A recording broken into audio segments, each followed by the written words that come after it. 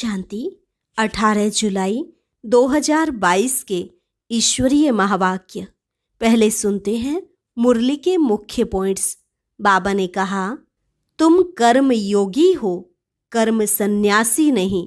यह जो ऑर्गन्स मिले हैं वह कर्म करने के लिए ही मिले हैं, इसलिए सन्यास करना है तो विकारों का करो, कर्म का नहीं। सर्विस करते बीच बीच में बाप को याद करने की प्रैक्टिस करनी है। याद न करने से वह डेड साइलेंस की अनुभूति हो नहीं सकती। आत्मा एक शरीर छोड़ दूसरा लेकर पार्ट बजाती है तो इसमें दुख नहीं होना चाहिए।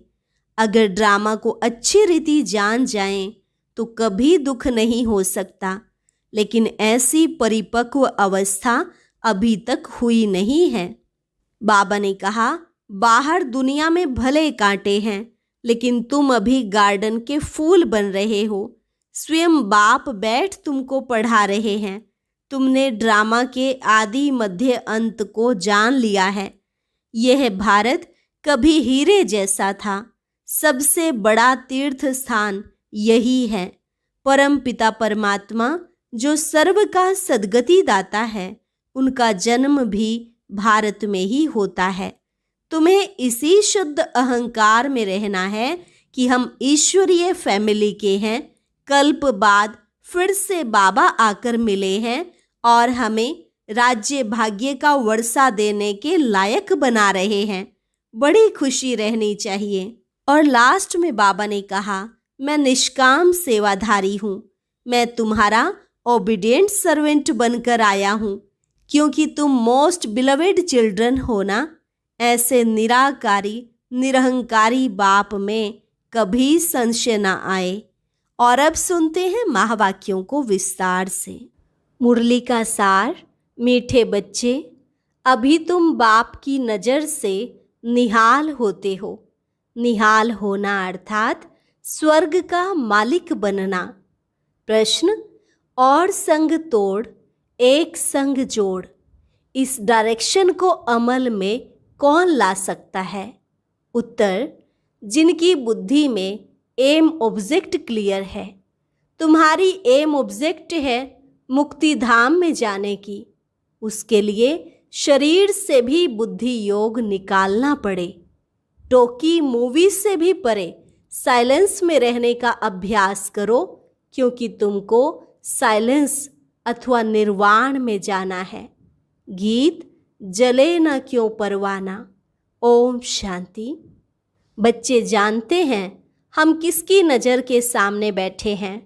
तुम अपने पारलौकिक परम पिता परमात्मा की नज़र के सामने बैठे हो।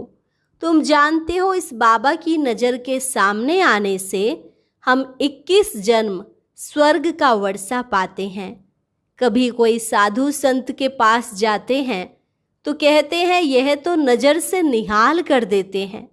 अब नज़र से निहाल का अर्थ तो तुम ब्राह्मणों के सिवाय कोई समझ नहीं सकते। नज़र के सामने अब तुम बैठे हो। बाप की नज़र में बच्चे, बच्चों की नज़र में बाप है। बच्चे निहाल होते हैं बाप की नज़र से। बाप से ही वर्षा मिलता है। तुम हो बेहद के बच्चे।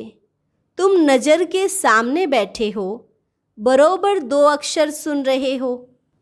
मुझे निरंतर याद करो तो तुम निहाल हो जाएंगे, अर्थात स्वर्ग के मालिक बन जाएंगे। बरोबर सेकंड में नज़र से निहाल कर मुक्ति और जीवन मुक्ति दे देते हैं। वह है निराकार परम पिता परमात्मा। जानते हैं ये है हमारे बच्चे आकर बने हैं, जिनको पक्का निश्चय है कि हम परम पिता परमात्मा की संतान हैं। वह जरूर स्वर्ग के मालिक बनेंगे। नज़र से निहाल भी होना है और स्वर्ग के मालिक भी बनना है। स्वर्ग में है बादशाही। यहाँ सब नर्क के मालिक हैं, अर्थात नर्क के निवासी हैं। उसमें भी नंबरवार पद हैं। भले अभी राजाई नहीं हैं, परंतु वह भी दिल में समझते हैं ना कि हम जयपुर के मालिक थे। लिखते भी हैं महाराजा ऑफ जयपुर, महाराजा ऑफ पटियाला। कहने में तो आता है ना, वह खुद भी जीते हैं, उनकी वंशावली भी जीती है। अभी वह भी प्रजा में आ गए हैं। अब तुम जानते हो, हम श्रीमत पर फिर से दैवी स्वराज्य स्थापन कर रहे हैं। बाप ने समझाया है, यही भारत पावन था, अभी पतित बन पड़ा है। तुमको अब तीसरा नेत्र मिला है। आत्मा जानती है कि अभी हम एक परमपिता परमात्मा को याद करते हैं और उनसे ही वर्षा मिलता है। भगवान वाच भी है कि मुझे याद करो और संग तोड़ो, अपने शरीर से भी तोड़ो, अशरीरी बनो। पहले तुम अशरीरी आए थे, आत्माएं सब अशरीरी होती हैं। मूल वतन में अशरीरी होने के कारण आवाज नहीं होता है, इसलिए उनको निर्वाण धाम कहा जाता है। सूक्ष्म वतन में मूवी होती है, टॉकी, मूवी और साइलेंस। आगे मूवी नाटक भी थे, अभी टॉकी बन गए हैं। तुम बच्चों को साइलेंस सिखाई जाती है। तुम अपने स्वधर्म में टिको, घर को याद करो, टोक छोड़ना है, भुन भुन भी नहीं करनी है। अंदर में राम राम कहते हैं। अब बाप कहते हैं, बच्चे यह भी छोड़ो, तुमको वाणी से परे जाना है। यहाँ रहते टोकी और मूवी से परे जाना है। यह एम ऑब्जेक्ट बुद्धि में क्लियर है कि हमको मुक्ति धाम जाना है। बाबा मुक्ति, जीवन मुक्ति देते हैं। पहले आत्माएं सभी साइलेंस में जाती हैं, फिर हरेक को अपना अपना पार्ट बजाने आना है। देवी देवता धर्म वालों का अपना पार्ट, इस्लामी बौद्धी धर्म वालों का अपना पार्ट। यह सब बातें तुम बच्चों की बुद्धि में है। बाप के पास यह सारी नॉलेज है। जब तुमको सारी नॉलेज सुनाते हैं, आप समान बनाते हैं, तुम फिर औरों को आप समान बनाओ, ज्ञानी और योगी बनाओ। जो नॉलेज मेरे पास है वही तुमको देता हूँ, आत्मा ही ग्रहण करती है। नंबरवार पुरुषार्थ अनुसार नॉलेजफुल बन जाते हैं। कोई तो पूरे नॉलेजफुल बन जाते हैं, कोई कम पुरुषार्थ से इतने नॉलेजफुल नहीं बनते हैं। एम ऑब्जेक्ट तो यही लक्ष्मी नारायण है। अभी तुम नॉलेजफुल बनते हो। अब तुम जानते हो हम कहाँ से आए हैं, अब कहाँ जाना है, यह चक्र कैसे फिरता है, इसमें सब कुछ आ जाता है। जैसे बीज से झाड़ निकलता है, इनकी आयु कितनी बड़ी हो जाती है, फिर उनको जड़जड़ी भूत अवस्था कहा जाता है। अपने पास भी झाड़ था, वह एकदम सारा जड़जड़ी भूत हो गया तो काटना पड़ा। बनेन ट्री का मिसाल, यह भी वैरायटी धर्मों का झाड़ दिखाया है। पिछाड़ी तक थोड़े थोड़े आते रहते हैं। पहले जो पत्ते निकलते हैं वे बहुत शोभते हैं, क्योंकि सतो प्रधान होते हैं। फिर रजो तमो बन जाते हैं। आधा कल्प तुम राज्य करते हो, फिर धीरे धीरे नीचे आते हो। उतरती कला और चढ़ती कला होती है। चढ़ते फट से हैं। पूरी राजधानी स्थापन होने में थोड़ा समय तो लगता है। बाप समझाते हैं, मैं ही संगम पर आकर दैवी राज्य स्थापन करता हूँ। सूर्यवंशी और चंद्रवंशी घराना अभी ही स्थापन होता है, जो फिर नई दुनिया अमरलोक में आकर अपना राज्य भाग्य करते हैं।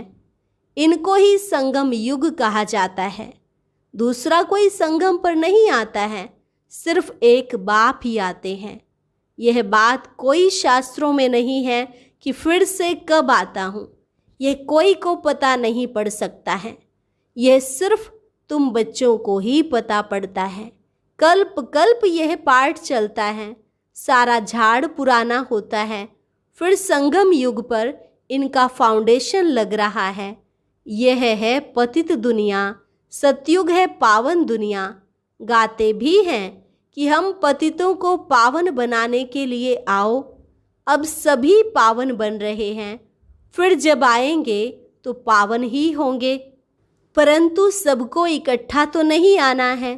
बाप कितना अच्छी रीति समझाते हैं। अभी यह प्रिंसिपल बैठा है तो क्यों न यह नॉलेज सबको देनी चाहिए, तो सब जान जाएं कि वर्ल्ड की हिस्ट्री ज्योग्राफी क्या है, ये कैसे रिपीट होती है, ये किसको पता नहीं है। गॉड इज़ वन, और कोई क्रिएटर है नहीं, ना ऊपर कोई दुनिया है ना नीचे कोई दुनिया है। यह जो कहते हैं आकाश पाताल, ये सब गपोड़े हैं। समझते हैं स्टार्स के ऊपर भी दुनिया है, परंतु वहाँ किसी की राजधानी नहीं है। बाबा प्रिंसिपल बच्चे को भी कहते हैं कि जो अच्छे स्टूडेंट्स हैं उनको यह हिस्ट्री ज्योग्राफी समझाओ। गवर्नमेंट को भी अप्रोच करो, बड़े बड़े ऑफिसर्स को समझाओ, परंतु बड़ी युक्ति से समझाना है कि सतयुग में आदि सनातन देवी देवता धर्म की राजधानी थी। उन्होंने यह राज्य कैसे प्राप्त किया, शास्त्रों में दिखाया है। देवताओं और दैत्यों की लड़ाई लगी, फिर देवताओं ने जीत लिया। महाभारत की लड़ाई एक ही लगती है, उसके बाद फिर कोई लड़ाई लगी ही नहीं। बाप कहते हैं स्कूलों में बच्चों को यह नॉलेज दो। कोई इन्वेंशन निकलती है तो पहले राजा को दिखाते हैं, फिर उन द्वारा वृद्धि को पाती है। यह आत्मा को सृष्टि चक्र के आदि मध्य अंत का ज्ञान मिलता है, जिससे 21 जन्मों के लिए चक्रवर्ती राजा बनते हैं। तुम्हारे में भी बहुत हैं जो पढ़े लिखे नहीं हैं। बाबा कहते हैं बहुत अच्छा, बहुत पढ़े लिखे भी थे, परंतु यह इम्तिहान पास नहीं कर सके। यहाँ तो सेकंड की बात है। सतयुग में लक्ष्मी नारायण का राज्य था, त्रेता में राम सीता का राज्य शुरू होता है, आधा कल्प के बाद भक्ति मार्ग शुरू होता है। धक्के खाने पड़ते हैं। मनुष्य कहते भी हैं ओ गॉड फादर, तो जरूर उनसे हेवन का वर्षा मिलना चाहिए। मनुष्य जब मरता है पूछा जाता है कहाँ गया, कहते हैं स्वर्ग सिधारा। वह समझते हैं आसमान में स्वर्ग है। कितने बेसमझ बन गए हैं। यह है ही कांटों का जंगल, भारत ही फूलों का बगीचा है। अब तुम फ्लावर बन रहे हो। बाप समझाते हैं कोई को भी दुख नहीं देना है। दुख दिया तो दुखी होकर मरेंगे, उच्च पद पा नहीं सकेंगे। तुम जानते हो हम बाबा के पास आए हैं सदा सुख का वर्षा पाने। तुम ब्राह्मण बने हो, ब्राह्मण सबसे उच्च गाए जाते हैं। ब्राह्मणों की निशानी है चोटी। अच्छा, ब्रह्मा का बाप कौन? वह है निराकार शिव। शिव बाबा और प्रजापिता ब्रह्मा है साकार। अब शिव बाबा की निशानी क्या रखें? परमपिता परमात्मा तो स्टार है, परंतु न जानने कारण बड़ा लिंग बना देते हैं। बिंदी की पूजा कैसे करें? रुद्र पूजा भी होती है। रुद्र शिव को बड़ा बनाते हैं और शालिग्राम छोटे छोटे बनाते हैं। कहते भी हैं भ्रिकुटी के बीच में स्टार है। आत्मा का भी साक्षात्कार होता है। जैसे आकाश में तारा टूटता है तो सारा सफ़ेद हो जाता है, वैसे आत्मा भी बिंदी है, आकर इतने बड़े शरीर में प्रवेश करती है, फिर कितना काम करती है। आत्मा इतनी छोटी जब शरीर से निकल जाती है तो फिर शरीर कोई काम नहीं कर सकता। कहेंगे मर गया। एक शरीर छोड़ दूसरा शरीर ले पार्ट बजाते हैं, फिर उसमें रोने की कोई दरकार ही नहीं है। परंतु जब ड्रामा को जाने तब ऐसे कहें।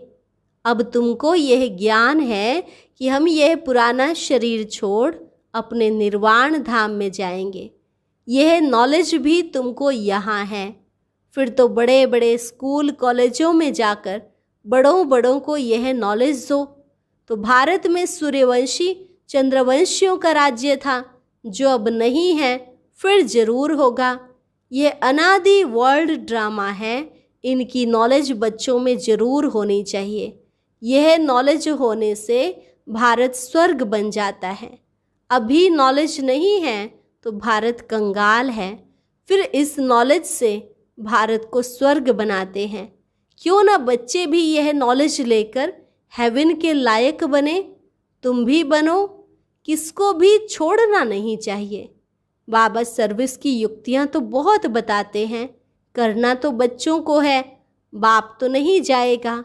अच्छा, मीठे मीठे सिक्की लधे बच्चों प्रति माता पिता बाप दादा का याद प्यार और गुड मॉर्निंग। रूहानी बाप की रूहानी बच्चों को नमस्ते। रूहानी बच्चों की रूहानी बाप दादा को नमस्ते नमस्ते, गुड मॉर्निंग। धारणा के लिए मुख्य सार। पहली पॉइंट, अपने स्वधर्म में स्थित रह साइलेंस का अनुभव करना है, क्योंकि अब वाणी से परे निर्वाण धाम में जाने का समय है। सुखदाता के बच्चे हैं, इसलिए सबको सुख देना है, किसी को भी दुख नहीं देना है। सच्चा फ्लावर बनना है, कांटों को फूल बनाने की सेवा करनी है। वरदान, सर्वशक्तियों से संपन्न बन हर शक्ति को कार्य में लगाने वाले मास्टर सर्वशक्तिमान भव। सर्वशक्तियों से संपन्न बन हर शक्ति को कार्य में लगाने वाले मास्टर सर्वशक्तिमान भव। जो बच्चे सर्वशक्तियों से सदा संपन्न हैं वही मास्टर सर्वशक्तिमान हैं। कोई भी शक्ति अगर समय पर काम नहीं आती तो मास्टर सर्वशक्तिमान नहीं कह सकते। एक भी शक्ति कम होगी तो समय पर धोखा दे देगी, फेल हो जाएंगे। ऐसे नहीं सोचना कि हमारे पास सर्व शक्तियाँ तो हैं, एक कम हुई तो क्या हर्जा है।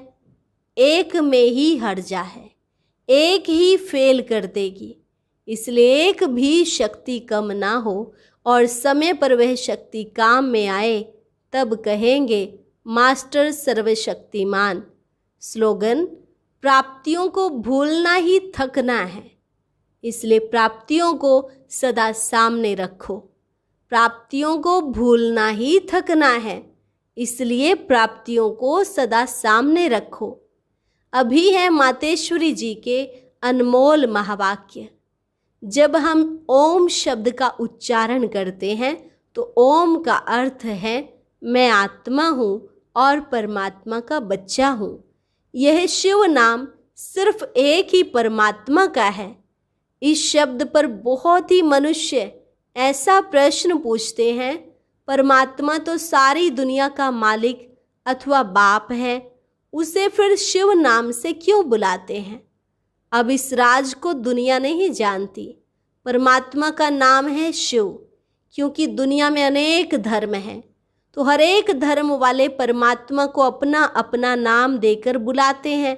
कोई गॉड कहकर बुलाएंगे, कोई खुदा, कोई अल्लाह, कोई फिर शिव कहकर बुलाते हैं। वैसे भारत में परमात्मा शिव के नाम से गाया हुआ है, तो सारी दुनिया विलायत वाले शिव नाम से परमात्मा को कैसे मानेंगे। अब इस पर समझाया जाता है। वास्तव में परमात्मा का नाम शिव है, वो ज्योति स्वरूप है। उनकी यादगार प्रतिमा शिवलिंग रूप में पूजी जाती है। सो भी खास करके भारत में पूजा ज़्यादा होती है, क्योंकि परमात्मा का जन्म भारत खंड में हुआ, तो जरूर इस देश का ही नाम पड़ेगा। जरूर परमात्मा एक ही जगह आएगा ना। अगर विलायत की तरफ आएगा तो भारतवासी कैसे मानेंगे।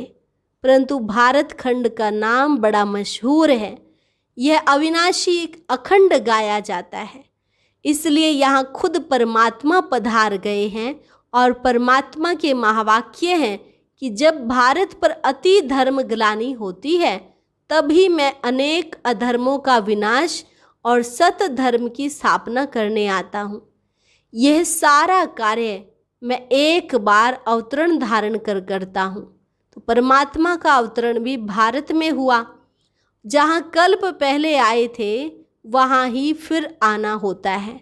इसलिए भारत को अविनाशी खंड कहते हैं। भारत खंड परमात्मा का जन्म स्थान भी है और देवताओं के राज्य का स्थान भी है।